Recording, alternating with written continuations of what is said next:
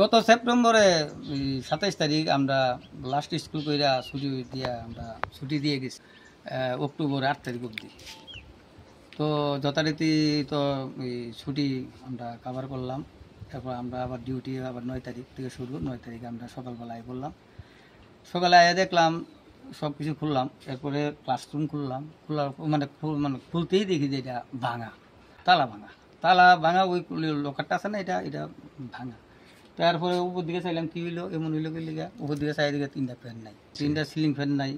এই অবস্থার মধ্যে এখন কী করি, আমরা যে এসএমসি কমিটি চেয়ারপারসনকে ফোন করলাম, কমল দেবনাথ।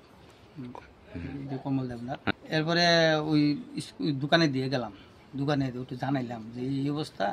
সে আরও অনেক লোক থাকে তো, দেখো তোমরা এলাকার আমরা তো স্কুল তো আমরা স্কুল করিয়া জায়গা অনেক ভ্যাকেশনের মধ্যে কে বা কারা করলো এটা এইটা হইল নি, এটা কথা বলতে। তারপরে দেখা গেল তারাও দুঃখিত। তো এরকম হইল নন্দনকানন জুনিয়র বিসি স্কুল, আমার নাম অনিল দেবনাথ, প্রধান শিক্ষক। আমরা ছাত্রছাত্রী কম 3 জন আছি, শিক্ষক 4 জন। এই বাউন্ডারি তো আমরা প্রায়ই আমরা বোতল টোতল ভরে থাকে, ইয়ে থেকে আমরা এটা পরিষ্কার করি। এই যে এরকম ভরে থাকে, ওইখানে দেখি জলের বোতল সেই গ্লাসটা বিভিন্ন কিছু ভরে থাকে। তো আমরা তো এটা পরিষ্কার পরিচ্ছন্নতা আমরা করুন লাগে, কারণ আমরা তো দেখতে খারাপ লাগে, উচিত লাগে। আমরাও তো মানুষ ব্যবসা করা আছে, আমরা যেমনিও আমরা এটা পরিষ্কার তারা এলাকা বেশি কইতে পারবো। এটা অনেকে কয়টা থেকে কয়টা মানে এখানে আড্ডা চলে, এইটা তো আমরা কইতে পারি না।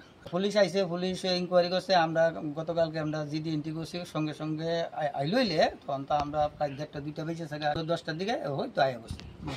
তো ওই সাইডে বাইডে দিয়া অনেক বোতল ভরে থাকে, অনেক বোতল ভরে থাকে।